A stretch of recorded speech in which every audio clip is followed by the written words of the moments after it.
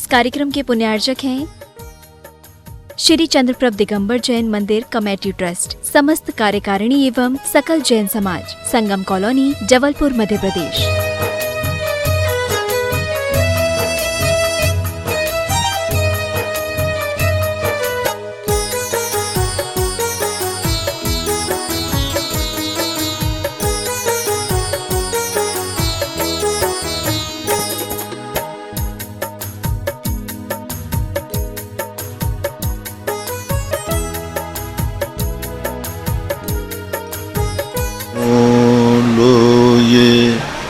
सवशाहूणं पंच परमेष्टि भगवान की आचार्य श्री गुरुवर कुंद महाराज की, आचार्य श्री गुरुवर विद्यासागर महाराज की, मुनि पुंगव निर्यापक सन्मठ मुनि श्री सुधासागर जी महाराज की, मुनिवर श्री पूज्य सागर जी महाराज की, एलक श्री धैर्य सागर जी महाराज की, चुल्लक श्री गंभीर सागर जी महाराज की, मुनि श्री 108 पूज्य सागर जी महाराज श्री के चरणों में बारंबार नमोस्तु निवेदित करते हुए आग्रह कि जो भी ऑनलाइन जिज्ञासा समाधान के लिए प्राप्त हुई हैं, जगत पूज्य निर्यापक श्रमण मुनि पुंगव श्री 108 सुधा सागर जी ऋषिराज के समक्ष समाधान के लिए प्रस्तुत करें। नमोस्तु महाराज। अशोक कुमार गांधी, उत्सव 16 अहमदाबाद। मुनिराज के चरणों में बारंबार नमोस्तु। आपकी जिज्ञासा है महाराज जी, हम श्रावक लोग नदी तालाब में बोटिंग में तैरने के लिए कोई दोष तो नहीं लगेगा हम लोगों को? हम गृहस्थ लोग तैरेंगे तो? हाँ, दोष तो पूरे लगता है। आलोचना पाठ पढ़ो। नदियन विच चीर धुआए, कोसन के जीव मराए। तो लिखा ही है, नदियों के अंदर आपने सावन सोडा से कपड़े धोकर के नदी में धोए, कोसन के जीव मराए। वो छार, वो सोडा, सावन का पानी कोसन दूर तक जाएगा, कितने जीवों को नुकसान करता है, बहुत ज़्यादा। तो देखो, एक होता है दोष। दोष तो सब कुछ ही है। चाहे आप ऐसा मत समझना कि आप ग्रस्त हो तो आप जो पाप करते हो उसमें कर्म का बंध नहीं होता है। कर्म का बंध तो होगा ही होगा, बस एक्स्ट्रा जो पुण्य कर्म का बंध होता है, जो नियम को तोड़ने का, वो बंध से तुम बच जाओगे। बाकी चींटी पैर से मर गई तो मारने का दोष तो आपको लगेगा, लेकिन आपने देखकर चलने का नियम लिया था और आप देखकर नहीं चले तो देखकर नहीं चलने का दोष एक्स्ट्रा लगेगा। लेकिन जीव की आराधना का जो दोष है, उस दोष से नहीं बच पाओगे। गृहस्थ जितने भी आरंभ परिग्रह करता है उनमें दोष तो बराबर लगता है, पाप का बंध भी होता है। ये मत समझना कि तुम, कई लोग कहते भाई हमें तो कोई दोष लगेगा नहीं क्योंकि हमारे रात्रि भोजन का त्याग ही नहीं, इसलिए हमें दोष लगेगा नहीं। हमारे मंदिर जाने का नियम ही नहीं, इसलिए हम नहीं जाएंगे तो हमें कोई दोष नहीं लगेगा। ये उनकी भूल है। दोष तो बराबर है, बस एक नियम लेके नहीं जा रहा है तो उसको नियम तोड़ने का दोष एक्स्ट्रा लगेगा। लेकिन नहीं जाने में जो दोष हैं वे तो बराबर लगते ही हैं। सुचि नीरज जैन, सुभाष नगर, जबलपुर। गुरुदेव के चरणों में कोटि सा नमन, बहुत बहुत आभार करते हुए आपकी जिज्ञासा है महाराज श्री जी, 4 जून श्रुत पंचमी के दिन जब बिरा घाट पे पंचकल्याण चल रहा था, उस समय मेरे परिवार को भगवान आदिनाथ भगवान की पिछी और कमंडल लेने का सौभाग्य मिला। इसके 3 दिन पहले मेरे परिवार को, पूरे परिवार को आपको प्रथम आहार देने का भी सौभाग्य मिला और आपका ये सानिध्य मिला। इसमें मेरा क्या सौभाग्य है और ऐसा काम मुझे आगे मिलता रहे, इसके लिए मुझे क्या करना चाहिए? सबसे बड़ा तो सौभाग्य ये है कि जब पनागर से जबलपुर आया तो पहला बार तुम्हारा सुभाष नगर ही पड़ा, हाँ। और तुम्हारा वहाँ का मंदिर भी अपने आप में एक अच्छा मंदिर है, और वहाँ की मूर्ति भी लोगों को आकर्षित करती है, और उनकी भक्ति करने का परिणाम है उनकी श्रद्धा के प्रति जो आपका अपूर्व श्रद्धा है, और उसके बाद तुम्हारे लिए साधु के प्रति जो श्रद्धा थी, आस्था है, उस आस्था ने तुम्हारे लिए यहाँ तक पहुँचाया कि भगवान का पीछे कमंडल प्राप्त हुआ। क्योंकि जब आस्था प्रबल होती है तो असंभव कार्य भी संभव हो जाते हैं। जितने भी चमत्कार होते हैं, कोई मंत्र में चमत्कार नहीं होते महानुभाव, मंत्र तो एक निमित्त है। मूर्ति में चमत्कार नहीं होते, उसका चमत्कार सीमित है। नमोकार मंत्र में चमत्कार नहीं होते, उसका चमत्कार सीमित है। सबसे बड़ा चमत्कार होता है श्रद्धा में। उसी मंत्र को एक व्यक्ति पढ़ता है तो कार्य नहीं होता, और एक व्यक्ति पढ़ता है तो कार्य हो जाता है। मंत्र तो वही है, अंतर कहाँ है? श्रद्धा में, आस्था में। ऐसी मजबूत श्रद्धा, ऐसा समर्पण जब हो जाता है तो फिर उस श्रद्धा से इन सब चीज़ों में चमत्कार और अतिशय हो जाता है। मुकेश जैन, जबलपुर। गुरुदेव के चरणों में कोटि कोटि नमन। आपकी जिज्ञासा है, जिस व्यक्ति का प्याज खाने का त्याग है, वह व्यक्ति प्याज के बीज का सेवन कर सकता है क्या? बीज, कलौजी, बीज कहाँ लगता है? ऊपर लगता है। कलौजी बोल रहा है, कलौजी बता। अब मुझे उस बीज के संबंध में जानकारी नहीं कि प्याज का बीज ऊपर लगता है कि नीचे रहता है, तो अब इसकी जानकारी करना पड़ेगी भाई। देखो कुछ चीज़ें ऐसी हैं, पर ये तो पक्का है कि जैसे मूली होती है, मूली, इसके संबंध में उदाहरण दे देता हूँ। आवाज़ नहीं करें बच्चों, देखो आवाज़ नहीं है। मूली जो होती है, मूली तो हमारे यहाँ नहीं खाते, गणंत में आती है, लेकिन मूली की सेंगर, सेंगर होती है ना ऊपर, वो खाते, त्यागी वृत्ति खाते, महाराजों को देते आप।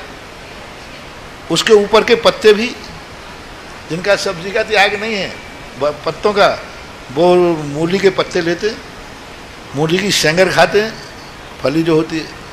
तो क्योंकि हर चीज़ जमीन के अंदर, हर पेड़ की जमीन की जड़ जो होती है वो गणंत में आती है, लेकिन ऊपर का हिस्सा नहीं आता, इसलिए ऊपर के हिस्से को बीज आदि में निषेध नहीं है, लेकिन फिर भी इसकी जानकारी करना पड़ेगी कि बीज का नेचर क्या है। अभी हाल हमने कह दिया कि ऊपर के बीज सब खा सकते हो, तो लोग कहेंगे महाराज अफीम में भी ऊपर ही का होता है। अरे तुम लोग बहुत कलाकार हो, और महाराज जी ने छूट दे दी। अफीम का ढोड़ा होता है ना, ढोड़ा, वो कहाँ होता है? ऊपर ही होता है। तो महाराज ने कह दिया जो ऊपर है वो सब, ऐसा नहीं, थोड़ा नेचर समझना पड़ेगा कि उस बीज का नेचर कहीं नशीला तो नहीं है, कहीं जहरीला तो नहीं है, किस नेचर वाला है। यदि सामान्य है तो फिर कोई बाधा नहीं। अब कई बार एक ऐसा हो जाता है, प्याज का तुम्हारा त्याग है, लेकिन किसी चोट लगी तो महाराज जी प्याज से सिकाई बताते, पुराने लोग प्याज से सिकाई बताते ना, तो हम सेंक सकते हैं नहीं, ऐसा प्रश्न आता है।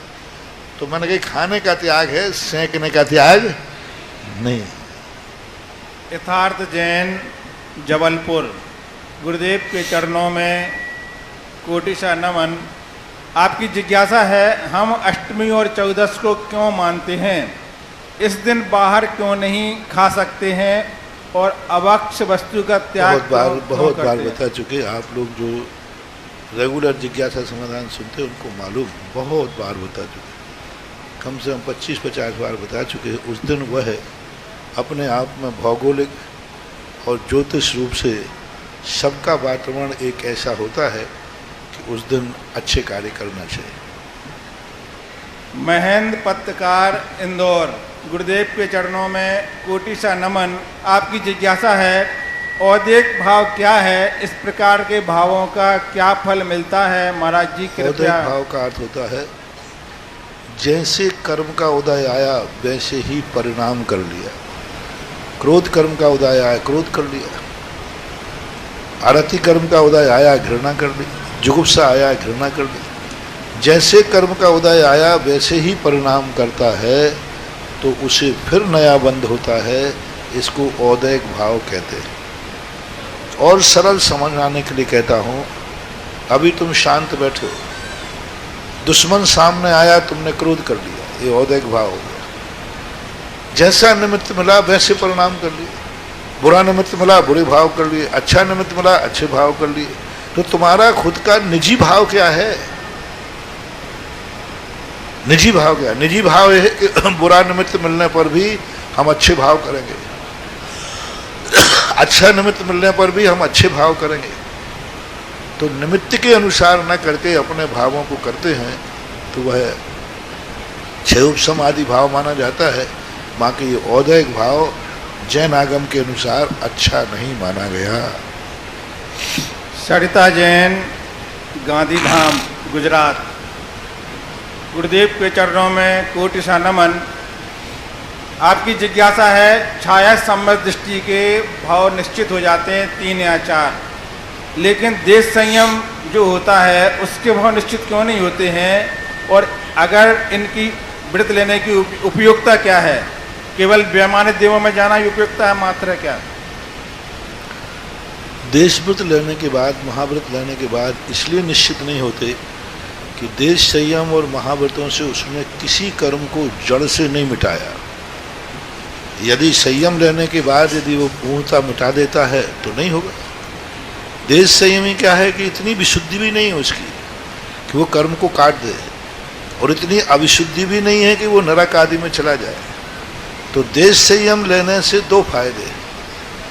पहला फायदा तो ये है कि वो नरक आदि गति में नहीं जाएगा, देव आदि गति में जाएगा। दूसरा कारण है कि वो परंपरा से देव गति में जाकर के भी पूर्व संस्कार के कारण वो वहाँ रचेगा पचेगा नहीं, वो वहाँ भी अपने तत्व दृष्टि रखेगा।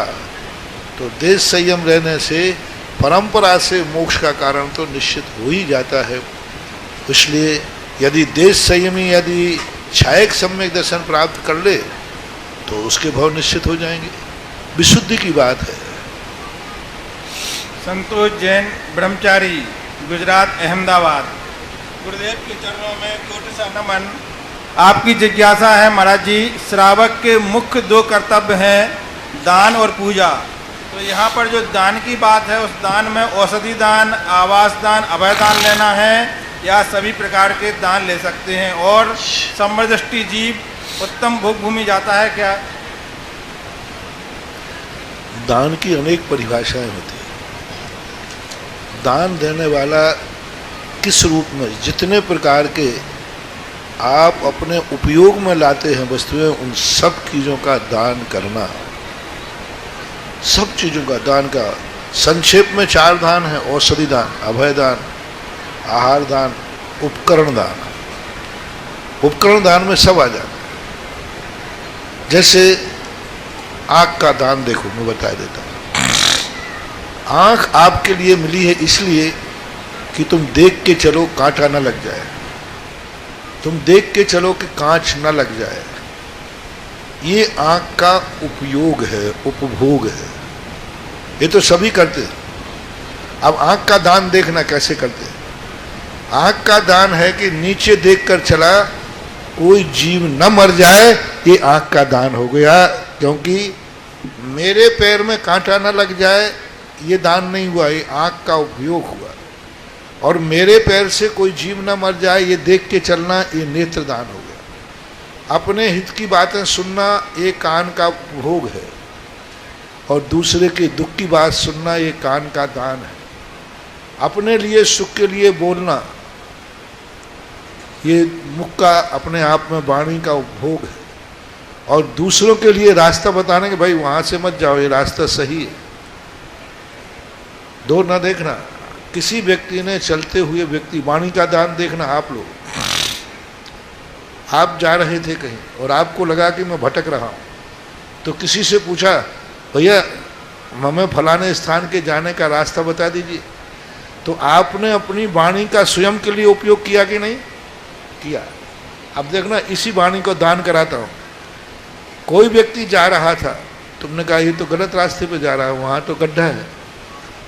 तो तुमने कहा भैया रुकना रुकना, वहां मत जाओ, गड्ढा है, इधर से निकल जाओ। तो ये वाणी का दान हो गया, दूसरे के लिए उपयोग कर दिया। ऐसे हर चीज में, हर कार्य में जो अपने लिए है उसका दूसरों के हित के लिए उपयोग करना, ये सब दान की कोटि में आता है। दान को अनेक अनेक रूप होते हैं। ऐसा संकेत जैन शास्त्री सागानेर, गुरुदेव के चरणों में कोटसा त्रयवार नमोस्तु। आपकी जिज्ञासा है, जो व्यक्ति खाली हाथ किसी के चौके में आहार देने जाते हैं तो उसमें उन्हें कितना उसका फल मिलेगा? खाली हाथ जाते खाली हाथ आएंगे? सीधी बात। अब लेके जाने में कई बार समस्या होती है। तुम पता नहीं जो कैंप वस्तु ले गए वहाँ देने की व्यवस्था है कि नहीं। पहली बात तो शास्त्रों में दूसरे के चौके में जाकर देने की व्यवस्था ही नहीं है। अपना चौका लगाओ, आ जाए तो ठीक, नहीं आ जाए तो ठीक। चौका लगाओ, आ जाए तो ठीक, और नहीं आ जाए हैं तो स्वयं सागर के हार कराओ, स्वयं हार करो, ठीक।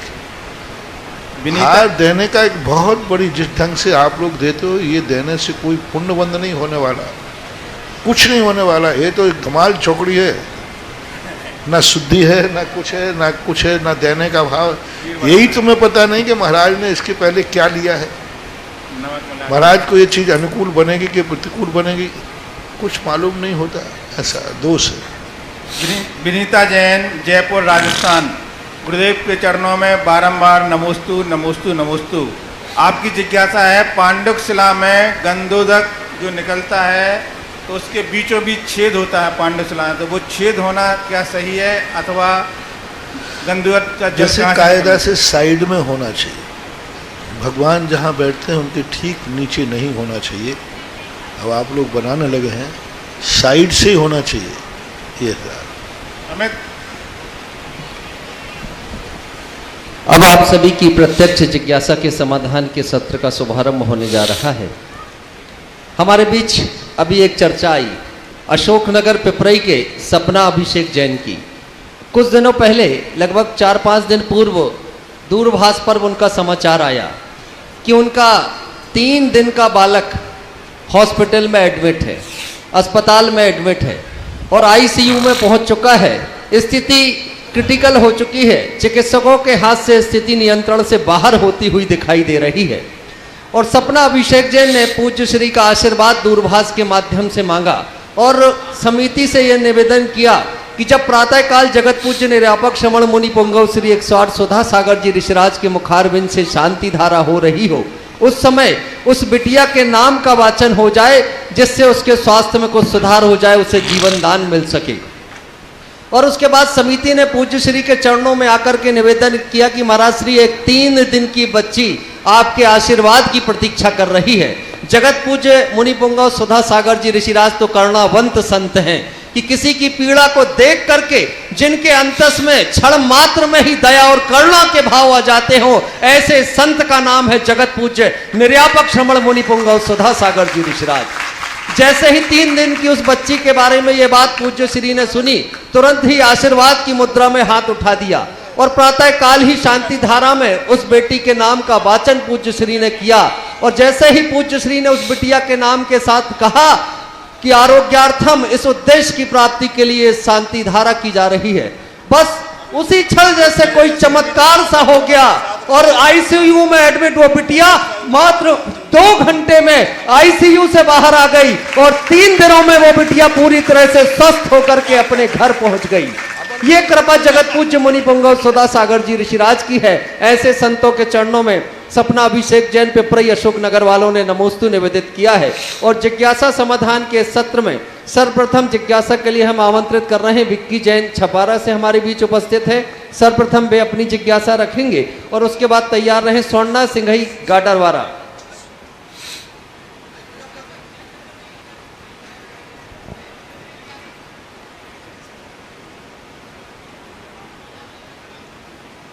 शीघ्रता से अपनी जिज्ञासा करेंगे। दूसरा नाम स्वर्णा सिंह जी गाडरवारा, वे भी अपने स्थान पर कृपया खड़े हो जाएं जिससे आप तक माइक पहुंच जाए। परम पूज्य मुनि श्री के चरणों में बारंबार नमोस्तु निवेदित करते हुए, हे मुनिराज, आपके दर्शन मात्र से सब बाधाएं तो दूर हो जाती है।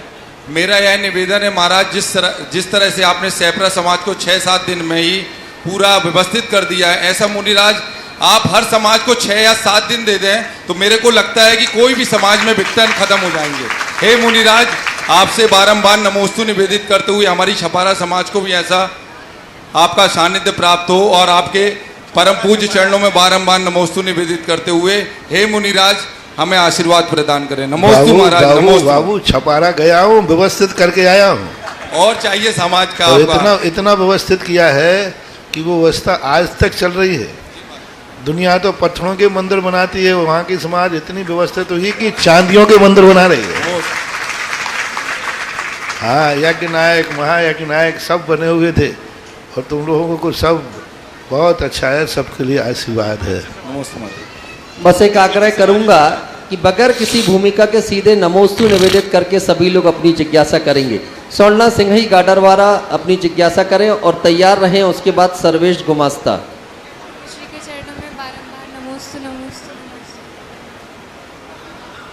महाराज जी, मेरी जिज्ञासा ये है कि हनुमान जी ने भी अपनी पूरी श्रद्धा भक्ति से भगवान की भक्ति की थी, और रावण ने भी पूरी भक्ति से की थी, लेकिन रावण ने पाप किया और नरक गया, लेकिन फिर भी मोक्ष और तीर्थंकर पद मिलने वाला है, और हनुमान जी को नहीं मिला, सिर्फ मोक्ष मिला। दोनों पद अलग अलग है। उसकी भक्ति में स्वार्थ था, इसलिए उसको नरक जाना पड़ा। हनुमान की भक्ति निस्वार्थ थी, इसलिए वो मोक्ष गए। रही बात तीर्थंकर प्रकृति, तीर्थंकर प्रकृति एक अलग व्यवस्था है। तीर्थंकर प्रकृति के लिए एक अलग परिणाम करना पड़ता है। जगत कल्याण की भावना, कई लोगों को आपने देखा होगा, इतने सज्जन होते हैं कि वे अपने घर में अपने आप में रहते हैं, कोई ज़्यादा राग द्वेष भाव नहीं करते। और कुछ लोग ऐसे होते हैं कि वो कहते हैं कि नहीं, हम सारे जगत की सेवा करेंगे, हम सागर जगत के दुख दूर करेंगे। तो उनको समाज के, दुनिया के काम करने की रुचि होती है। तो रावण के मन में एक ऐसे परिणाम जागे कभी, या जागेंगे, अभी जो तीर्थंकर बना नहीं है, बनेगा, कि जगत की सेवा मैंने बहुत पाप किए, मैंने बहुत कुछ किए, इन पापों को काटने का एक ही तरीका है कि मैं सारे जगत के दुख दूर करूं। और हनुमान जी ने कहते, मैंने कोई गलत किया ही नहीं है, मैं तो अपने आत्मा का कल्याण करना चाहता हूं, दुनिया जाने दुनिया के काम जाने, इसलिए वो चले गए। इसके बाद जिज्ञासा करें सर्वेश गुमास्ता, और तैयार रहें मनीषा मोदी। महाराज श्री के चरणों में मेरे परिवार गुमास्ता परिवार का नमोस्तु नमोस्तु नमोस्तु। महाराज श्री सम्मेद शिखर जी से 20 तीर्थंकर मोक्ष गए, तो अजितनाथ भगवान की जो काया 500 धनुष के करीब थी, तो सम्मेद शिखर जी जहाँ आज स्थित है, तो वो मूल रूप में है कि उसका विशाल रूप रहा होगा, क्योंकि 500 धनुष की काया में हम जो टोंगे देखते हैं वो हमें छोटी समझ में आती है। और महाराज श्री जो निधति निकाचित कर्म होते हैं, वो कहते हैं कि अकाट रहते कटते नहीं हैं। तो निधति निकाचित कर्म करने के लिए जीव को कैसा पाप करना पड़ता है, और ऐसा कौन सा उपाय है कि निधति निकाचित कर्म भी कट जाए? सम्मेद शिखर की बात जो है जी, सम्मेद शिखर जितना है इतना ही नहीं था, बहुत बड़ा विस्तार से था। धीरे धीरे वह वन खत्म होते गए, उस सार्वजनिक काल के कारण से छोटे होते गए, और जो पारसनाथ का टू द पॉइंट था आदित्यनाथ का, वो वही है, लेकिन उसका विस्तार खत्म हो गया। एक बात। दूसरी बात है कि तीर्थंकर जितने भी हुए, वे सब सम्मेद शिखर के पहाड़ पे नहीं हुए, वे तो 5000 धनुष ऊपर थे आकाश में। तो आकाश में तो खुला था ना पूरा, नीचे तो उनके जो नक्केस मिले हैं, जैसे मान लो भगवान आकाश में खड़े हैं, तो उनका टू द पॉइंट बीच का जहाँ नक्केस गिर जाते हैं, उस स्थान पर छोटा सा भी स्थान हो तो क्या फर्क पड़ना है। आकाश का जो प्लेन होता है कितना बड़ा होता है, 100 फीट 150 फीट जो भी है, लेकिन वहाँ से जो फूल गिराया गया कोई चीज़, वो जहाँ गिर जाती है तो वो छोटे स्थान पर हो सकती कि नहीं। इसलिए जितने भी भगवान मोक्ष जाते हैं सम्मेद शिखर से, वे सब आकाश में से जाते हैं। पहाड़ के ऊपर कोई भी मोक्ष जाने वाला जीव केवल ज्ञान के बाद जमीन को स्पर्श नहीं करता। इसलिए छोटा भी होगा तो भी उससे कोई फर्क नहीं आएगा, क्योंकि उनको नीचे बैठना ही नहीं है, वो तो आकाश में पनौती लगा के बैठ जाएंगे। दूसरा निधत्ति निकाचित कर्म। निधत्ति निकाचित कर्म वो कहलाते हैं जिसमें व्यक्ति मिटने मिटाने का भाव करे। मैं मर जाऊंगा, मार डालूंगा, मुझे नहीं तो तुम्हें भी नहीं। निधन कई बार आता है क्या, भाई ये वस्तु है, बोले मुझे नहीं मिली तो मैं तुम्हें भी नहीं देने दूंगा, ये कहलाते निधत्ति निकाचित। उसमें चाहे मुझे मरना पड़े तो मर जाऊंगा, लेकिन उसको मैं दुख दे करके रहूंगा। स्वयं अपने जीवन को कष्ट में डाल करके दूसरों को कष्ट देना एन केन प्रकारेण जैसे बने तो उसका निधत्ति निकाचित कर्मों का बंद हो जाता है। एक आग्रह मेरा नमोस्तु सभी जिज्ञासा करने वालों से है। जिज्ञासा के लिए आपके नाम का यहाँ से वाचन हो, आप अपने स्थान पर खड़े हो जाएं और केवल एक ही जिज्ञासा करें। जो दो जिज्ञासा एक साथ करेंगे उनकी दोनों जिज्ञासा विलोपित करके अगले जिज्ञासु को हम स्थान दे देंगे। तो अब एक बार में एक ही जिज्ञासा। मनीषा मोदी जी अपनी जिज्ञासा करें और मधुर जैन जिज्ञासा के लिए तैयार रहें। मुनिश्री के चरणों में महाराज जी, मेरी जिज्ञासा है कि जब तीर्थंकर भगवान किसी वृक्ष के नीचे दीक्षा लेते हैं तो उस वृक्ष का कुछ पुण्य होता हो, क्योंकि वनस्पति वृक्ष तो बहुत होते हैं, पर किसी एक वृक्ष के नीचे उनकी दीक्षा होती है, केवल ज्ञान प्राप्त होता है। आगम में ऐसा कोई भी उल्लेख नहीं मिला कि उस पुण्य का, क्योंकि वो तो एक इंद्रिय जीव हैं, उनको ऐसा मालूम ही नहीं है कि मेरे नीचे कोई भगवान बैठे, तो उस जीव का तो कोई पुण्य का उदय नहीं है। रही बात वृक्षों की एनर्जी, तो वृक्षों की एक अपने आप में एनर्जी होती है।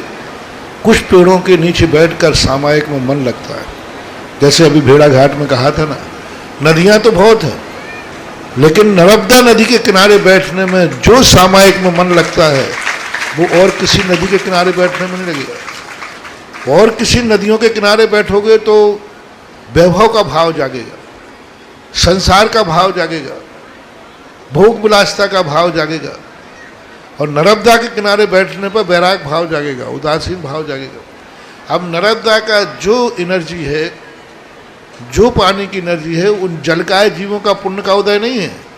वहाँ के जो एनर्जी है वो एक प्रकार की, पेड़ों की अलग अलग एनर्जी होती है। कुछ पेड़ ऐसे होते हैं जिनके नीचे बैठने पर एकदम शांति मिलती है, एकदम आध्यात्मिक भाव होता है। कुछ पेड़ों के नीचे बैठने पर परिणाम जो होते हैं वे आध्यात्मिक नहीं होते, अलग ढंग के होते हैं।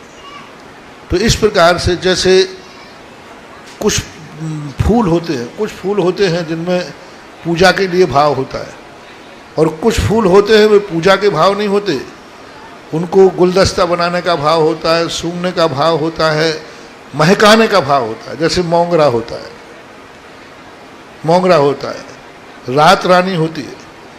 इनके फूल तोड़ने के बाद भगवान को चढ़ाने का नहीं होता है, बोल दो ना,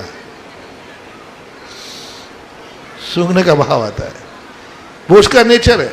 अब मोंगरा है, रात रानी है, कुछ पेड़ फूल ऐसे हैं जो व्यक्ति को राग की तरफ ले जाते हैं, भोग विलासिता की तरफ ले जाते हैं, उनके परिणामों में अलग ढंग का भाव आएगा। और कुछ फूल ऐसे होते हैं जिनको तोड़ने के बाद मन करता है इस फूल से किसी की पूजा करूं, इस फूल को अच्छी तरह से किसी प्रकार का उपयोग करूं, तो ऐसे इनके अंदर परिणाम होते हैं, ऐसा मानना चाहिए। अगली जिज्ञासा मधुर जैन की और तैयार रहे श्रीमती चंद्रकांता जैन।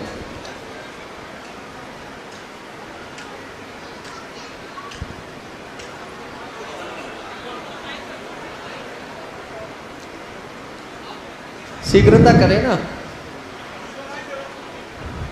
और जैसा कि हम सबको एक संकेत मिलने लगे हैं कि जगत पूज्य निर्यापक श्रवण मुनि पुंगव श्री सुधा सागर जी ऋषिराज के सानिध्य में ये सप्ताह जैन जगत के लिए बड़ा महत्वपूर्ण साबित होने वाला है। और इन 7 दिनों में कोई एक बहुत बड़ी अनमोल धरोहर भारतवर्ष की जैन समाज को मिलने की संभावना हम सबको दिखाई दे रही है। अब इस भारतवर्ष की जैन समाज को क्या मिलने वाला है, वो सब कुछ तो पूज्य श्री के मानस में है, मस्तिष्क में है। हम सब तो बस यही निवेदन कर रहे हैं कि पूज्य श्री आपके आशीर्वाद से जो कुछ भी मिलेगा वो अद्वितीय होगा, वो अनुपम होगा और इस जगती के लिए वो एक धरोहर की तरह साबित होगा। एक बार पेपर में एक विज्ञापन देखा मैंने अमित बाबू की बात से कि पूरा पेज खाली था, तो मैंने कहा भाई ये विज्ञापन क्यों, ये कौन सा, कुछ भी नहीं लिखा था, मार्ट कंपनी का नाम लिखा था और पूरा पेज खाली था और उसके वो कंपनी ने लाखों रुपया दिए उसके पेज के। बोले क्यों, बोले खाली पेज बचा रहा है, कल पता नहीं यहाँ क्या लिखा जाने वाला है। यानी उस खाली पेज को हर व्यक्ति ने देखा कि ये खाली क्यों है और उसका आकर्षण इतना बढ़ गया कि आज के खाली पेपर को देख करके कल जो पेपर नहीं खरीदते थे, कल उठते ही सबकी ये लालसा थी कि आज क्या आएगा उसमें। वैसे कोई मन नहीं करता और विज्ञापन छाप देते तो कोई उसको पढ़ता भी नहीं, लेकिन आकर्षण ये हो गया कि आज खाली है तो वो भी एक मनोविज्ञान है। तो अमित बाबू शायद उस विज्ञापन के पैटर्न पे चल रहे हैं कि आज खाली पेपर दे दिया, समझ लो अब कल, समझ लो अब परसों, समझ लो अब कुछ ना कुछ है। इसके बाद जिज्ञासा करें मधुर जैन और तैयार रहे श्रीमती चंद्रकांता जी। महाराज श्री के देखो मेरा तो हर सुबह अच्छा ही होता है। मैं जबलपुर से पूछता हूँ मेरे इतने दिनों से बुरा क्या हुआ। मात्र 40 दिनों में 75 करोड़ रुपए के काम होते हुए जबलपुर के लोगों ने देखे हैं आपकी कृपा से। भाई 15 करोड़ कम क्यों कर दिए? क्योंकि वो भेड़ा घाट के हिस्से में चले गए। अच्छा ये बताओ, फिर हम भेड़ा घाट आए तो क्या बुरा हुआ? ऐतिहासिक पंचकल्याणक हुआ और पयोदय की धरोहर मिली। मैं सहजपुर आए तो क्या हुआ? एक विद्यालय की धरोहर मिली। और अब सैपुरा भटोनी में तो यहाँ क्या बुरा हुआ? संत भवन की धरोहर मिली। है ना, मेरा तो एक मन करता है सदा अच्छा ही अच्छा होता रहे। आज तक तो अच्छा ही अच्छा होता आया और आगे भरोसा है अच्छा ही होगा। जो हुआ है वो अच्छा हुआ है और जो होगा वो और अच्छा होगा। और संत भवन की तो आज सुबह चर्चा आई कि 12 कमरों का निर्माण होना है, 5 लाख रुपए की राशि निर्धारित है और मिनटों में 6 कमरों के नाम आ गए। ऐसे 6 पुण्यशाली लोगों के सम्मान में जरा तालियां तो बजा दें। अब एक ताली उनके लिए बजा दें जिन 6 लोगों के नाम आगे आने वाले हैं। उन दानदातारों के लिए एडवांस में तालियां बजा दें।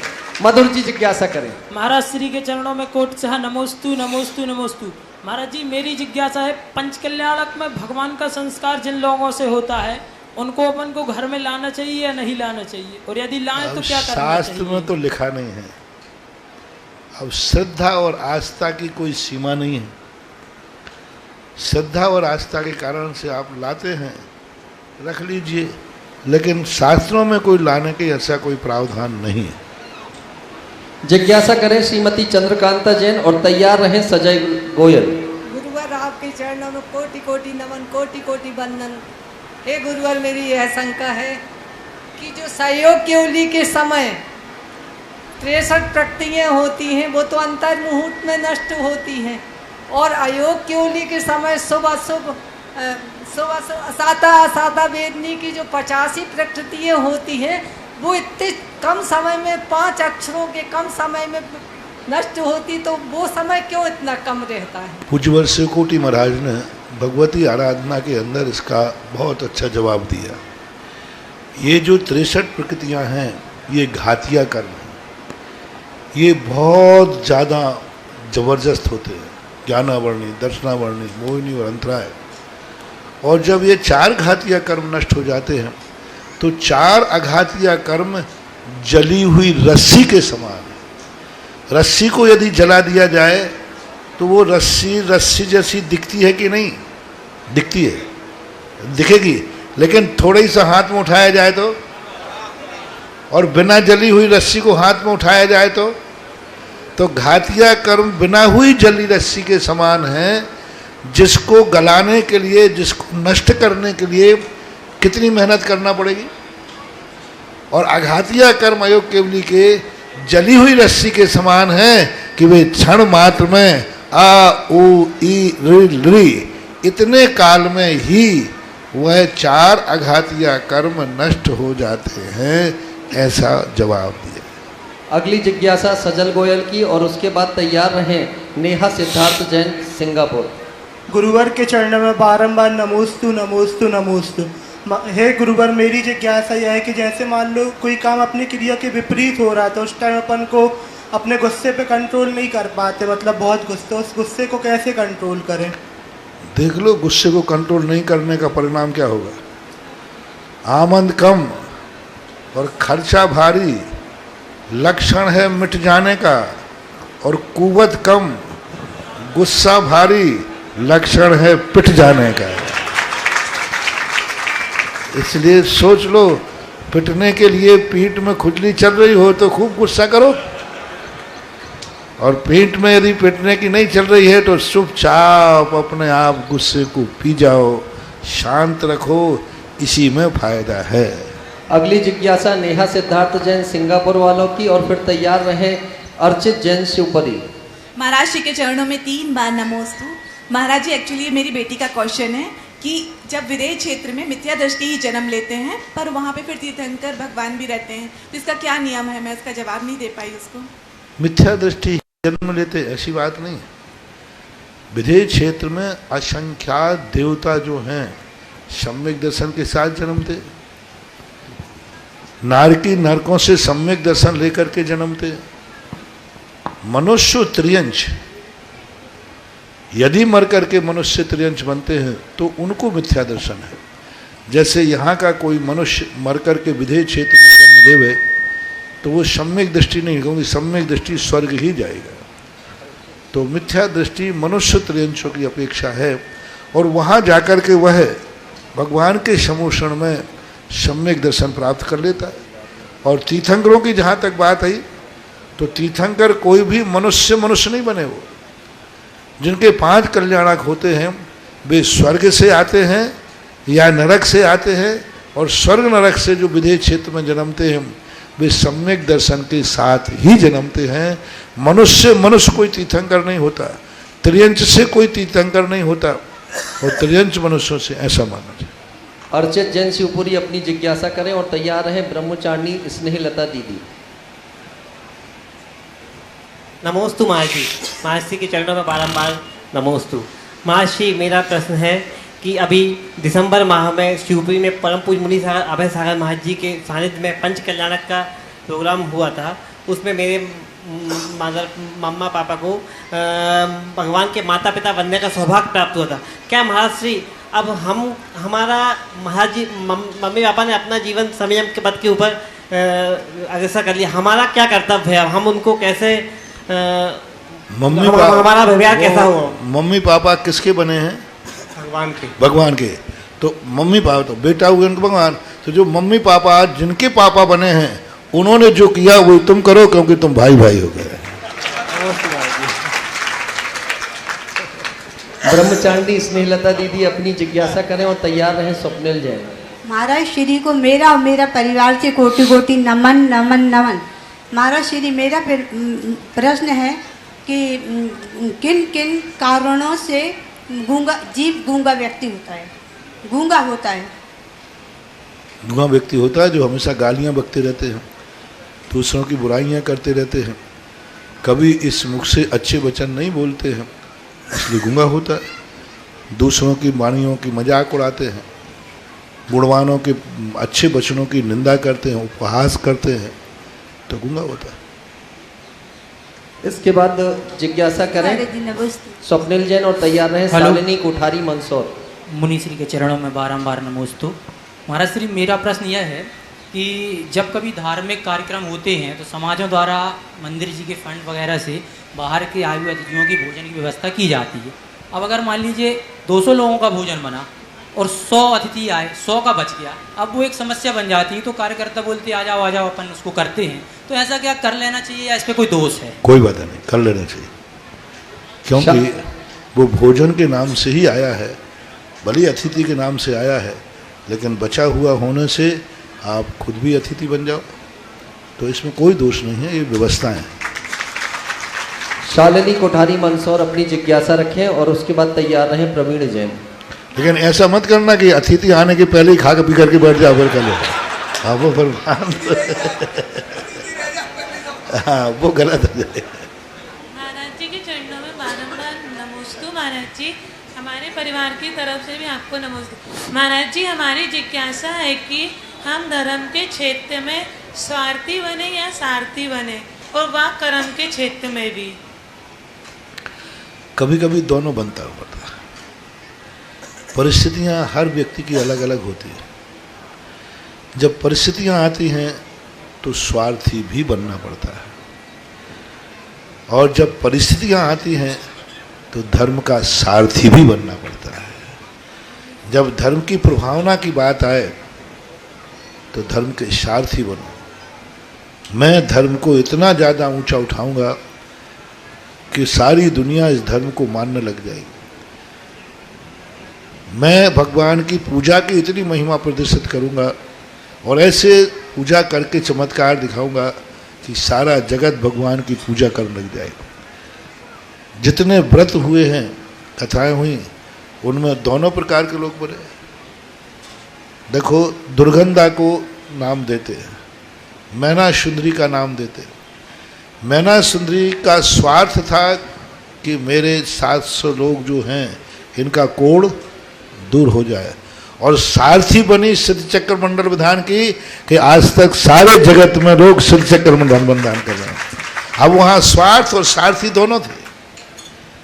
दुर्गंधा का स्वार्थ था कि मुझे शरीर सुगंधित मिले, और सारथी क्या बनी कि उसके बाद सारी दुनिया में सुगंध दशमी का व्रत लोग करने लगे। तो स्वार्थी और सारथी ये दोनों एक साथ चले तो वो स्वार्थ निंदनीय नहीं है। मात अकेला स्वार्थ अकेला हो तो निंदनीय है। स्वार्थ भी पूरा हो और धर्म की प्रभावना भी हो, तो ये दोनों को एक साथ लेके चलेंगे तो ही व्यवस्थाएं बनेंगी। आप लोग ग्रस्त हैं। इसके बाद जिज्ञासा करें प्रवीण जैन और तैयार रहें श्रीमती ममता जैन KM।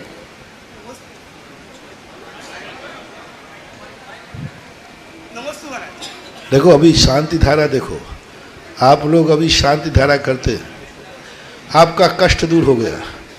आपने कष्ट दूर करने के लिए शांति धारा की, ये तो आपका स्वार्थ हो गया। सुनना, जल्दी सावधानी से सुने। आप कष्ट में हैं, आपने शांति धारा की, क्योंकि आपका स्वार्थ है। लेकिन जब आपने दूसरे को सुनाया, क्यों भाई क्या बात है, बहुत परेशान, अरे तुम परेशान हो, मैंने शांति धारा की थी, ठीक हो गया, तुम भी शांति धारा करो।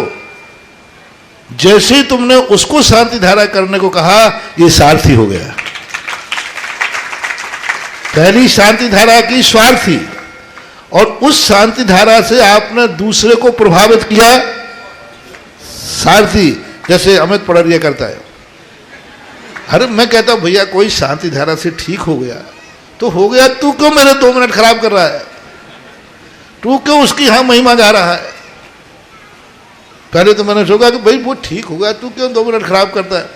फिर मैंने कहा नहीं, वो ठीक हुआ है, वो स्वार्थी है, और उसकी जगत में महिमा बताना सारथी है, जिससे लोग धर्म की महिमा समझें। लोग परेशान हैं, वो भी उस परेशानी को दूर करें। इसलिए बहुत अच्छा शब्द है आज। तुम्हें क्या बनना है?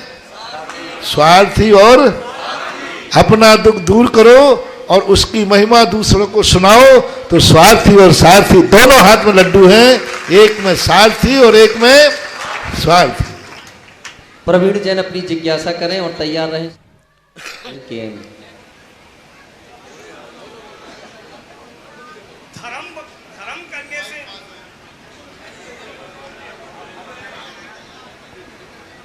धन बढ़ने से चंचलता आती है, और ज्ञान बढ़ने से चमक आती है। आचार्य श्री में इतनी चमक है, और जब भी महाराज जी आप उनके पाँव पड़ते हैं, स्पर्श करते हैं, तो आप और महाराज जी क्या बात करते हैं, फिर आप भी हंसते हैं और महाराज जी भी हंसते हैं। ऐसा क्या विशेषता है? जब आप उनके चरण छूते हो तो महाराज जी वो भी हंसते हैं, और 1 मिनट बाद आप हंसने लगते हो। उस डिस्कर्स में 1 मिनट में आपके और उनके बीच में क्या बात होती है? हमारे अंदर की बातें आपको क्यों बताऊं?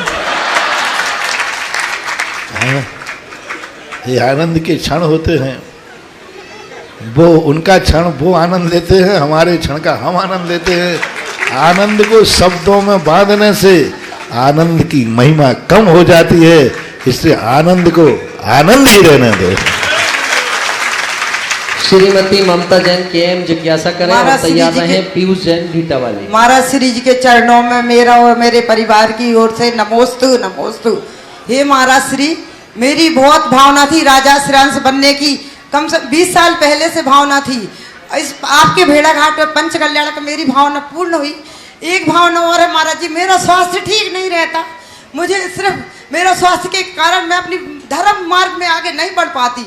ये आप इसलिए मुझे उपाय बताइए कि मैं ऐसा कौन सा धर्म मार्ग करूं, कौन सी जाप करूं जिससे मैं हमेशा धर्म मार्ग में आगे बढ़ सकूं। एक ही भावना करो कि देखो मैंने कोई पूर्व भव में वैयावृत्ति नहीं की, इसलिए मैं अस्वस्थ हुई हूँ और आज मैं धर्म करने में भी बाधा बन जाती है। हे भगवान, अगली बार हमें यदि शरीर स्वस्थ मिलेगा तो मैं उस स्वस्थ जीवन को धर्म में ही लगाऊंगी, ऐसी भावनाएं करनी चाहिए। महाराज जी ऐसी कौन सी जाप करे महाराज जी? बहुत यदि जाप होता तो मैं सारी अस्पतालें बंद करवा देता है। नमोस्तु महाराज जी, नमोस्तु। पीयूष जैन भीटा वाले जिज्ञासा करें और तैयार रहें प्रीति जैन नीम खेड़ा। गुरु चरणों में बारंबार नमन। गुरु जी, वह हम सभी का ऐसा कब कैसा पुण्य उदय है हम दोनों का कि जब से आपने इस मंदिर में जैसे आपके अनुसार अभिषेक की व्यवस्था होनी चाहिए, हम दोनों सन 2012 से आज तक सतत उसको कैसे अच्छे से अच्छे करें, इसमें हमेशा प्रयासरत रहते हैं। ऐसे हमारा कौन सा पुण्य कर्म था। और जिज्ञासा स्वामी अब प्रारंभ हो रही है कि आप कि वर्तमान में हम देख रहे हैं कि सभी लोग निजीकरण में विशेष ध्यान रखते हैं, क्योंकि प्राइवेटीकरण यदि किसी के हाथ में सौंप देते हैं तो कार्य अच्छा हो जाता है। लेकिन मैंने आपको देखा है कि मंदिर के संबंध में आप निजीकरण के शुद्ध विरोधी होते हैं कि प्राइवेट मंदिर में हम दान दें तो उसका क्या पुण्य है, और यदि वो दान लेते हैं व्यवस्था के रूप में तो उन्हें लेना चाहिए या नहीं। पुण्य के उदय की तुमने बात की, तो पुण्य का उदय तो तुम्हारा 2011 में आया था? नहीं, जनवरी 2012 में। 2012 में तुम्हारा पुण्य का उदय था कि मैं मिला और मेरी बात तुमने समझ ली। लेकिन 2012 के बाद पुण्य का उदय नहीं है, 2012 से आज तक तो पुण्य कमाया है। उस समय पुण्य का उदय था और 2012 से पुण्य का उदय नहीं है, पुण्य कमाया है छप्पड़ फाड़ के। तो पुण्य कमाई की है तुमने, अब तो पुण्य कमाई का समय चल रहा है।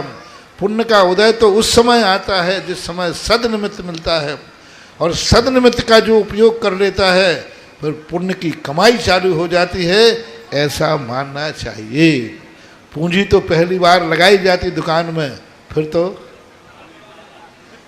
टका में टका और धक्का में फिर तो कमाई होती जाती है, ऐसा परिणाम होता है। दूसरी बात है, निजीकरण करने से कभी कोई व्यवस्था बनी नहीं। कुछ चीज़ें होती हैं जो निजीकरण होते हैं। हमारे शास्त्रों में पूज्यवर कार्तिकेय स्वामी की अनुप्रेक्षा में निजीकरण के लिए बात कही उन्होंने, कर्म के लिए। कर्म क्षेत्र में आपको निजीकरण होना चाहिए। तुम्हारा भोजन तुम्हें संतुष्टि देगा, दूसरे का नहीं। लेकिन धर्म क्षेत्र पर निजीकरण नहीं होना चाहिए। धर्म क्षेत्र वो सूरज के समान है, जिस सूरज पर यदि निजीकरण हो जाएगा तो संसार का क्या होगा? बोलो। एक हाथ में आ जाएगा तो सारे संसार में अंधेरा हो जाएगा। इसलिए धर्म को निज के लिए करना चाहिए, धर्म का निजीकरण नहीं करना चाहिए। मैं निजीकरण का विरोधी बिल्कुल भी नहीं हूं। मैंने निजीकरण करने वालों की दुर्दशा देखी है, इसलिए मैं बचाने का प्रयास करता हूँ। मैं निजीकरण का विरोधी नहीं हूँ, मैं तो हमेशा कहता हूँ, हम तो कहते हैं कि तुम कहो भगवान मेरे हैं, गुरु मेरे हैं, पारसनाथ किसके हैं, मंदिर किसका है, लेकिन रजिस्ट्री मत करा लेना। मेरे शब्द का आत्मीयता होना, मैं विरोधी नहीं हूं। जिन जिन ने निजीकरण किए हैं मंदिरों में, पूरे भारत का उठा लीजिए, रिकॉर्ड बनाइए ना। मैं जो कुछ भी करता हूं पहले औसत निकालता हूं। भारतवर्ष में जिन जिन के मंदिरों के पास निजीकरण है, जिन जिन्होंने मंदिरों पे अपने कब्जों में रखा है, उनकी तीसरी पीढ़ी के बाद उनके परिणाम देख लीजिए। शास्त्र का प्रमाण है। मंदिर का निजीकरण करने का अर्थ ये नहीं है कि हम उस मंदिर में न जाएं, दर्शन नहीं, भगवान मेरे हैं, लेकिन अधिकार, पूजा के लिए निजीकरण है, भक्ति के लिए निजीकरण है, माला के लिए निजीकरण है, लेकिन अधिकार के लिए निजीकरण। हाँ, मेरे आंगन में जो प्रकाश आया है उस पर मेरा अधिकार है कि नहीं, बोलो। तो उसके, जब उसके प्रकाश पर मेरा अधिकार है तो सूरज पर भी मेरा अधिकार है। देखना, मेरे घर के आंगन में जो प्रकाश आया उस पर अधिकार है कि नहीं, तो उसी से जमाओ। जबकि बनिया के बेटो, जब सूर्य के प्रकाश पर मेरा अधिकार है तो सूरज पर भी मेरा अधिकार है। संभव है? बस भगवान की पूजा का जो प्रकाश है, धर्म का जो प्रकाश है, उस पर तुम्हारा अधिकार है। भगवान और मंदिर पर निजी अधिकार नहीं होना चाहिए। और तुम तो देख रहे हो, प्रैक्टिकल करो। मैं तो हमेशा, देखो, मेरा काम सुनाना है। मैं हमेशा कहता हूं मेरी बात बिल्कुल मत मानना, क्या कह रहा हूं, लेकिन मेरी बात सुनना जरूर। क्या कहा? सुनना जरूर, और सुनने के बाद प्रैक्टिकल करना। सही निकल जाए तो एक बार थैंक्स कह देना, सही निकल जाए तो एक बार आभार कह देना कि महाराज ने जो कहा था वही सत्य निकला। मैं सब चीजों में कहता हूं, सुनो मेरी बात और उसको खोको। आप जो निजीकरण मैंने बात कही, आप खुद प्रैक्टिकल कर लो, और प्रैक्टिकल देखो, दुनिया भरी पड़ी है, देख लो उसका क्या परिणाम निकला, क्या दुष्परिणाम निकला। हाथ कंगन को आरसी क्या, पढ़े लिखे को फारसी क्या, खुद देख लो। और कहीं ज्यादा नहीं मिले तो थोड़ा बहुत सेपुरी में देख लेना है। प्रीति जैन नीमखेड़ा अपनी जिज्ञासा रखें और तैयार रहे निधि जैन। श्री के पावन चरणों में मेरा और मेरे परिवार का बारंबार नमोस्तु नमोस्तु नमोस्तु। महाराज श्री जी, मेरी जिज्ञासा यह है कि मृत्यु एक अटल सत्य है, परंतु हर इंसान प्रत्येक पल अपने भविष्य को सुरक्षित करने में अपना समय लगाता है, जबकि उसका जीवन ही सुरक्षित नहीं है। यह किसके प्रभाव से होता है और इसका रहस्य क्या है? मृत्यु सत्य है, लेकिन आज मृत्यु आए ये तो सत्य नहीं है ना। तो आज न मर जाऊं इसके लिए प्रयास करता है। मरना तो सत्य है। पुरुषार्थ का अर्थ क्या है? मौत सत्य है, ये निश्चित है, लेकिन आज ना मर जाऊं इसके लिए प्रयास किया जाता है। मौत को तो कौन टाल पाया?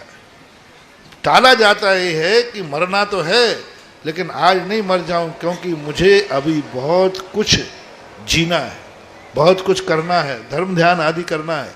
इसलिए जो पुरुषार्थ हैं, मौत अकाल में ना आ जाए इसलिए किया जाता है। मौत तो एक दिन आती है, कितना ही प्रयास करो तो ऐसा। निधि जैन अपनी जिज्ञासा करें और तैयार रहे सुरभि शिवा जैन। दोई महाराज के चरणों में मेरा और मेरे परिवार का बारंबार नमोस्तु नमोस्तु नमोस्तु। हे महाराज श्री, निमित्त और उपादान में क्या अंतर है और हमारा उपादान कैसे दृढ़ हो कि हम धर्म के मार्ग में आगे बढ़ सकें? निमित्त उपादान वह है जिसमें कार्य होता है, वह उपादान है। जिससे कार्य होता है वो निमित्त है। आपके परिणाम अच्छे हुए ये उपादान है। मेरे प्रवचनों के निमित्त से हुए ये प्रवचन निमित्त है। मंदिर में आए हमारे परिणाम अच्छे हो गए ये उपादान है। भगवान की मूर्ति हमारे लिए निमित्त है। तो ऐसा मानना चाहिए। निमित्त और उपादान के बिना संसार में कुछ चलते ही नहीं। निमित्त को देख करके हमारे परिणाम बनते हैं और हमारे परिणामों के अनुसार कई बार हम निमित्त भी मिलाते हैं, ऐसा माना। जैसे आपको गर्मी लगी तो आप निमित्त मिलाएंगे कि पंखा कहाँ लगा है, कूलर कहाँ लिखा है। अब उपादान में गर्मी लग रही, लेकिन आप निमित्त खोजेंगे कि कूलर के सामने बैठे। कई लोग कूलर के सामने बैठ जाते हैं। अब वो कूलर उनके लिए लगा था कि पूरे लोगों के लिए। अब उनको इतना अंतराय कर्म का बंद हो रहा है कि अगली बार में उनके गले में कूलर लटका देना तो भी उनकी गर्मी शांत नहीं होगी, क्योंकि जो कूलर सबके लिए था उस पर कब्जा किसने कर लिया? एक व्यक्ति ने। अब वो बैठ गया तो उतने एरिया में तो हवा नहीं जाएगी ना, जितने उसकी पीठ आ गई साइड से निकलेगी। तो अब ये निमित्त उपादान की बातें कहलाती हैं। निमित्त को निमित्त समझना चाहिए, उपादान को उपादान। अब इसके बाद जिज्ञासा करें सुरभि शिवा जैन और तैयार रहें रिंकी जैन। दोनों मुनियों के चरणों में मेरे और मेरे परिवार की तरफ से बारंबार नमोस्तु नमोस्तु महाराज जी।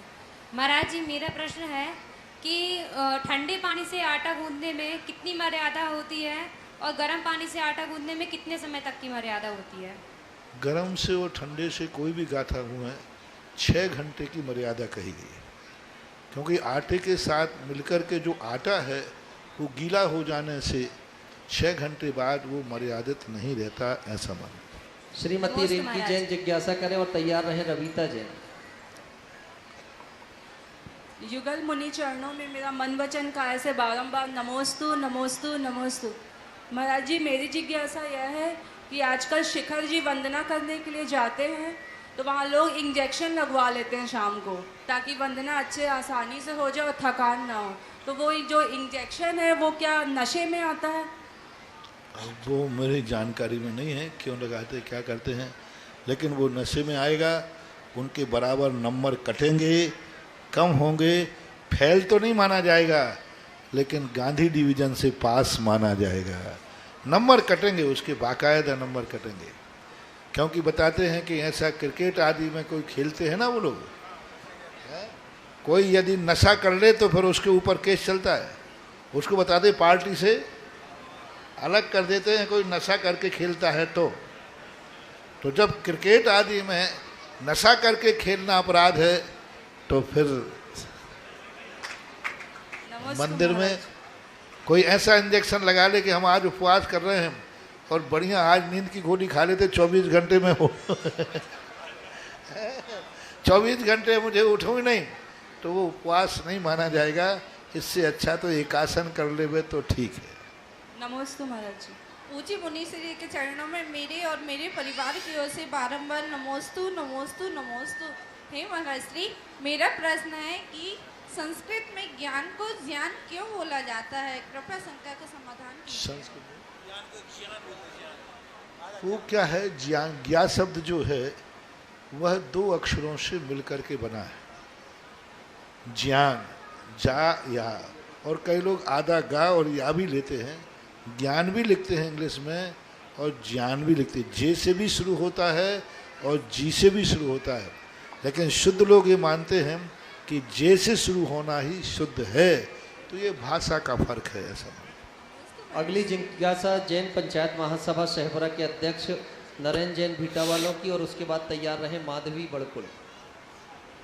गुरुदेव के चरणों में संपूर्ण जैन समाज शहपुरा का कोटि सा नमन। महाराज श्री, संत भवन संतशाला का निर्माण हो रहा है और इसमें कमरा दान करने का क्या फल होता है, क्या पुण्य होता है, इस पर महाराज जी पर। आज मैंने सुबह बताया था कि अपने जीवन के लिए, गुरुओं के लिए कोई आवास दान देना, जिनेंद्र भगवान के लिए मंदिर बनाकर आवास दान देना, ये मुनियों को आवास दान नहीं दे रहे हो। आवास दान का फल है कि भवांतरों में तुम उसके यहाँ जन्म लोगे जिस बाप का घर स्वयं का होगा। और जो आवास दान नहीं देते वे जन्मेंगे तो सही फुटपाथ पे, किराए के मकान में, खुद का मकान नहीं होगा। वे आवास देने का पुण्य लेके जाते हैं जिनके बाप दादों का पहले से राजमहल बना मिलता है, हवेली बनी मिलती है। कैसे मिलती है? जन्मते ही हवेली में जन्म हुआ। क्यों? इसने कभी गुरुओं के लिए आवास दान दिया होगा संतशाला। इसने कभी मंदिर बनाए होंगे तभी आज राजमहल में जन्मा है। जन्मती राजमहल उसके नाम, वसीयत है उसकी, उत्तराधिकारी है, उस राजमहल का उत्तराधिकारी है। उसने बनाया नहीं, उसने बनाया नहीं, बाप दादों ने बनाया, लेकिन जन्मते ही उस मकान पर वसीयत का अधिकार किसका हो गया? बेटे का हो गया। तो जो मकान बनाया नहीं, कुछ नहीं किया, उसे वसीयत में मिला है, तो ये किसका फल है?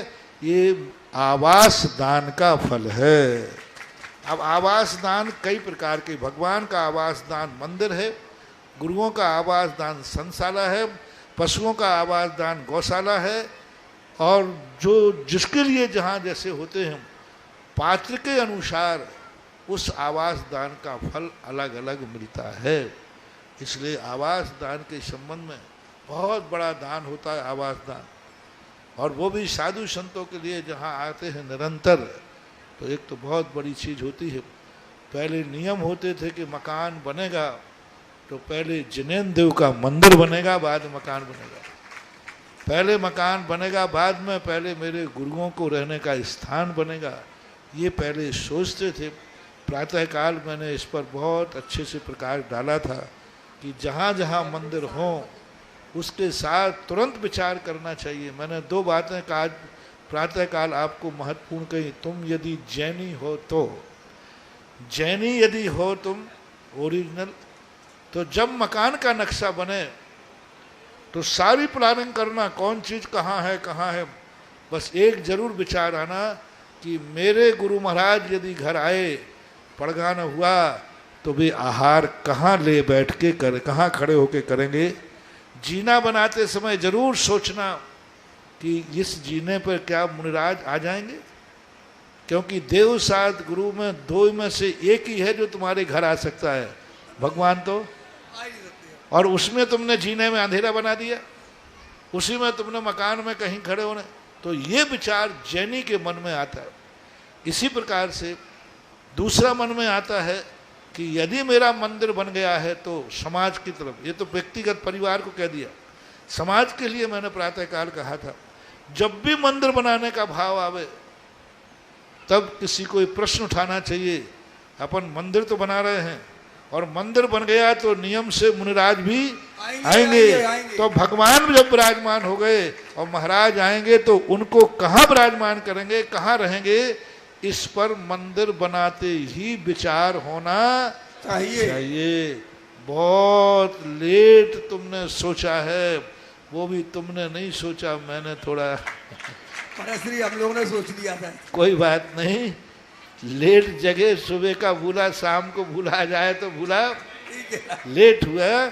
अपन को बहुत पहले सोचना चाहिए था। बहुत बड़ा काम है बंधु, गुरु मंदिर है ये, संशाला नहीं, गुरु मंदिर कहलाता है। और इसका नामकरण क्या हो जाए? इसका नामकरण जो होगा ना, उसके लिए महाराज जी के पास समाज नहीं जाएगी, कुछ काम अपने को करने पड़ते हैं। जी महाराज।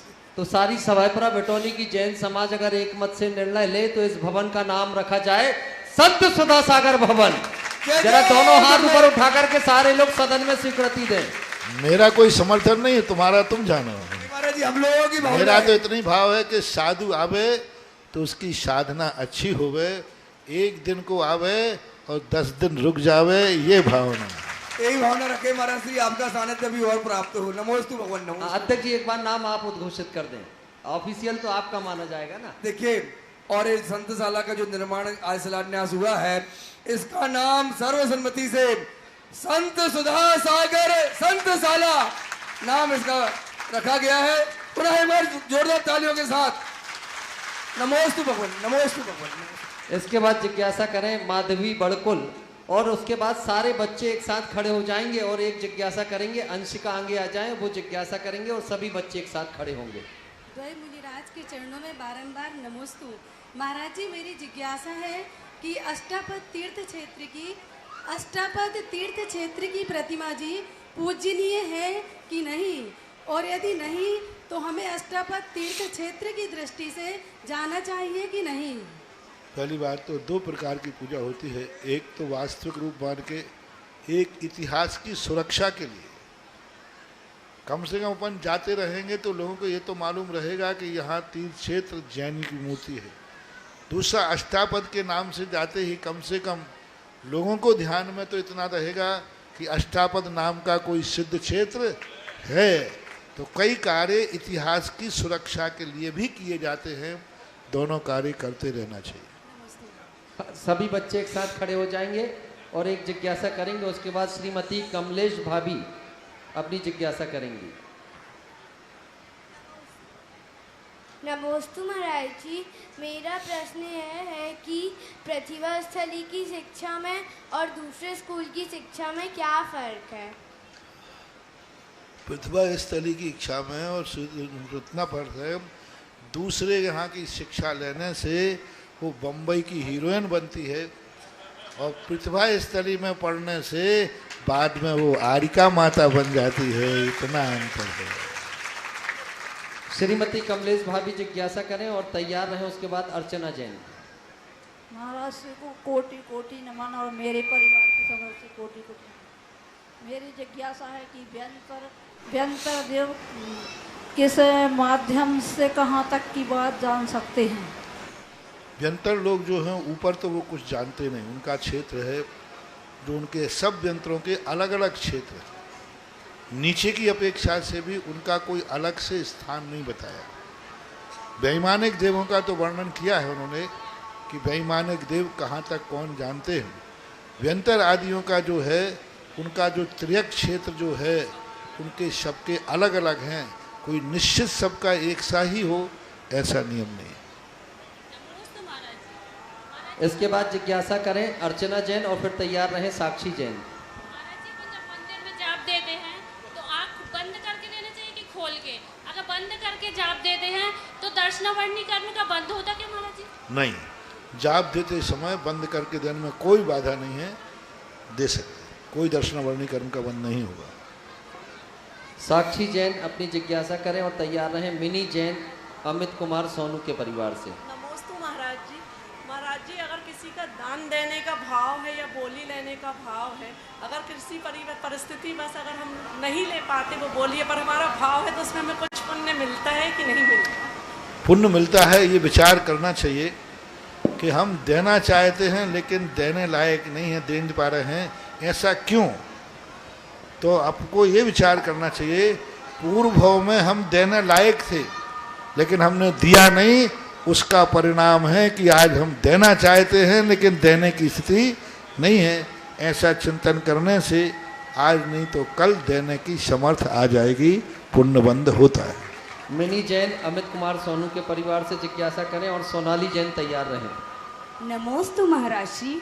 महाराज श्री, मेरा प्रश्न यह है कि हम महिलाएं अभिषेक करने की पात्रता नहीं है, तो हम ऐसा कौन सा कार्य करके पुण्य अर्जन करें कि आगामी भाव में हमें अभिषेक करने की पात्रता प्राप्त? जबलपुर में मैंने बताया था इसी प्रश्न के जवाब में कि महिलाएं अभिषेक करने के लिए हमारे यहाँ 3 पुण्य हैं, कृत से, कार्य से, अनुमोदना से।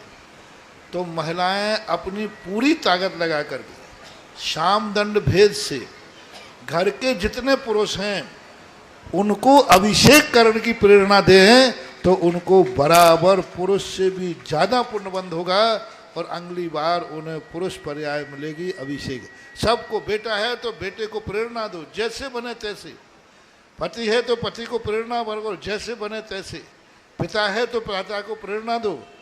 घर के पुरुषों को महिलाएं जैसी प्रेरणा दें और ये उनसे कहो कि देखो तुम पुरुष होने के बाद अभिषेक नहीं कर रहे हो तो कल के दिन ध्यान रखना तुम हमारे स्थान पे होगे और हम तुम्हारे स्थान पे होंगे। हाँ देख लो, आज तुम पुरुष हो अभिषेक नहीं कर रहे हो तो कर्म तुम्हें है वैसा अभिशाप देगा, कल तुम स्त्री बन जाओगे, फिर करना भी चाहोगे तो हमारे जैसा तड़पोगे कि हमारी कौन सी पर्याय है।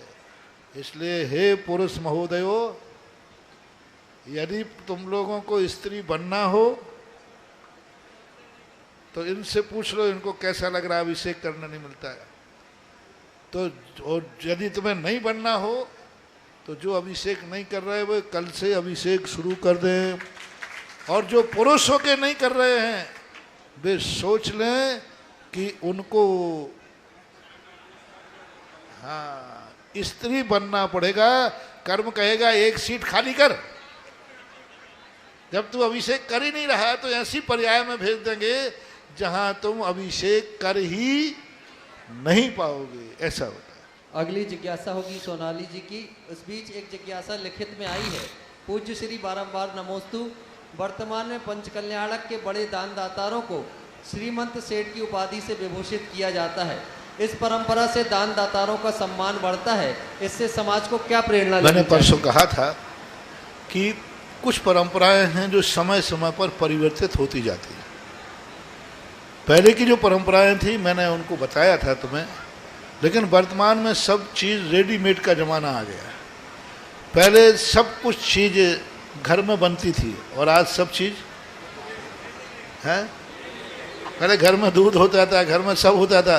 आज घर में कुछ नहीं होता, सब बाजार से आता है। तो आजकल धर्म कार्यों में भी रेडीमेड व्यवस्था चल गई। आजकल व्यवस्थाएं बना दी जाती हैं कि इतना लाख रुपया जो खर्च करेगा उसको सिंगई, इतना करेगा तो सवाई सिंगई, इतना करेगा तो श्रीमंत सेठ। अब ये वर्तमान की जो व्यवस्थाएं हैं, ऐसा करने में कोई दोष नहीं, क्योंकि ये व्यवस्थाएं, उपाधियां जो होती है, उपाधि तो है और कुछ नहीं। उपाधि तात्कालिक परिस्थितियों को देख करके दी जाती है। समाज बैठ कर के निर्णय कर लेती है, साधुओं के साथ बैठ के निर्णय कर लेती है। आज क्योंकि आज ऐसा युग तो आने वाला बहुत मुश्किल दिख रहा है कि कोई व्यक्ति स्वयं का मंदिर बनाए और स्वयं पंचकर्ण करे, स्वयं गजरत करे, पूरा खर्चा स्वयं उठाए और आमदनी मंदिर को दे दे। आजकल तो ऐसा बहुत मुश्किल दिख रहा है। सन 1975 में एक पंचकल्याणक देखा था मैंने, रहेली का। सन आगे पीछे हो सकता है, जब एक व्यक्ति ने किया था, पूरा कितने किलोमीटरों तक लोग गए थे, सब कुछ उनका था, सब पंचकल्याण था। तो वो परंपराएं आज तो जीवित रही नहीं। अब जो जीवित है उसकी निंदा मत करो। तुम 5 करोड़ खर्च करो और श्रीमंत सेठ बनो। अरे श्रीमंत सेठ महाराज 5 करोड़ में श्रीमंत सेठ बना दिया, ये कहाँ तक उचित है? उचित अनुचित बाद में छोड़, 5 करोड़ लाओ, श्रीमंत बन। अरे कोई दे ही तो रहा है। 3 शब्दों में यदि कोई 5 करोड़ श्रीमन, दो ही शब्द तो हुए, श्रीमन अलग हो गया, श्रीमन सेठ, इन 3 अक्षरों में 5 करोड़ दे रहा है। भाई बताओ, क्या उसने क्या लूट लिया? जिन जिन को बुराई हो, भाई आज से 5 करोड़ इकट्ठे करें। मैं तो कहता हूं कि सहपुरा भटोनी का हर घर का व्यक्ति श्रीमंत सेठ बने। तैयारी शुरू करो हर घर का। यहां जो भी घर में जाओ बोले कौन है साहब? हाँ, मेरी भावना है संसार का हर जैनी श्रीमंत सेठ बने। कहाँ बोला? पॉजिटिव सोचो, नेगेटिव नहीं। सोनाली जैन अपनी जिज्ञासा करें और उसके बाद खुशी जैन, मुस्कान जैन एक साथ खड़े होकर के एक जिज्ञासा करें। महाराज जी के चरणों में बारंबार नमोस्तु। महाराज जी जो प्रिंटेड एनिमल कपड़े पहनते हैं तो उसमें ना दिव्य हिंसा होती ना भाव हिंसा होती, तो कौन सा पाप लगता है? कौन से? तो कपड़ों के ऊपर जानवर बने रहते हैं, नहीं बनना चाहिए, क्योंकि उनको अपन फैशन का काम ना बनाए, उनको अपने जीवन के शौक का कारण ना बनाए। ये होना उचित नहीं है, पहनने वाले कपड़ों में नहीं करना है। खुशी जैन, मुस्कान जैन एक साथ खड़े होंगे एक जिज्ञासा, और पूज्य श्री एक जिज्ञासा और अभी आई है। नमोस्तु गुरुजी, मेरे घर के परिवार के द्वारा मंदिर में एक प्रतिमा जी विराजमान की गई है, लेकिन किसी कारणवश घर के लोग अब बाहर कहीं दूसरे नगर शहर में चले गए हैं। अब कोई अभिषेक करने नहीं जाता, तो उसमें क्या दोष लगेगा? अब वो चले गए हैं तो या तो मूर्ति साथ ले जाते, और नहीं तो जो समाज यहाँ है वो पंचायत को सौंप के जाएं तो व्यवस्था ठीक है, बन जाए। खुशी जैन, मुस्कान जैन अपनी जिज्ञासा करें। महाराज के चरणों में मेरे और मेरे परिवार का कोटिशा नमोस्तु नमोस्तु नमोस्तु। महाराज, मेरी जिज्ञासा यह है कि जब हमें हमारे बड़े कोई कार्य करने देते हैं या कोई बात समझाते हैं, तब हमें वह बात बहुत अच्छी लगती है और हम उस कार्य को करना चाहते हैं, लेकिन जब उस कार्य की करने की बारी आती है तब हम अपना 100% नहीं दे पाते, तो हमारे पुरुषार्थ में कहाँ कमी रह जाती है? कमी रह जाती है रुचि में, कमी रह जाती है हानि लाभ में। हम उसको ये नहीं समझ पाते हैं कि बड़ों ने जो कहा है उससे हमें कितना लाभ है। हमें ये लगता है कि उन्होंने जो कहा है उसमें हमारे लिए कितनी मेहनत करना पड़ेगी, हमारा कितना नुकसान हो जाएगा। हम नुकसान देखते हैं, लाभ नहीं देखते।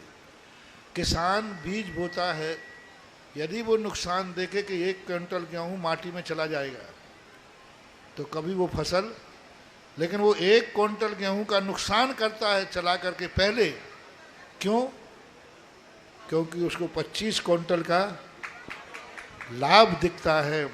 तो यही देखें कि बड़ों की आज्ञा मानने में हमें हानि है थोड़ी सी, लेकिन बाद में कितना फायदा है। यदि ये फैसला कर लेंगे तो फिर काम बन जाएगा। अब जिज्ञासा समाधान के इस सत्र को हम समापन की ओर लेकर के चलेंगे और आज उस पात्र का चयन करेंगे जिन्हें जगत पूज्य निर्यापक श्रवण मुनि पुंगव श्री सुधा सागर जी ऋषिराज की महाआरती करने का सौभाग्य प्राप्त होगा। कौन होगा वो सौभाग्यशाली? 11,111 रुपया, 21,221 रुपया, 25,225 रुपया, 31,331 रुपया, 31,331 रुपया।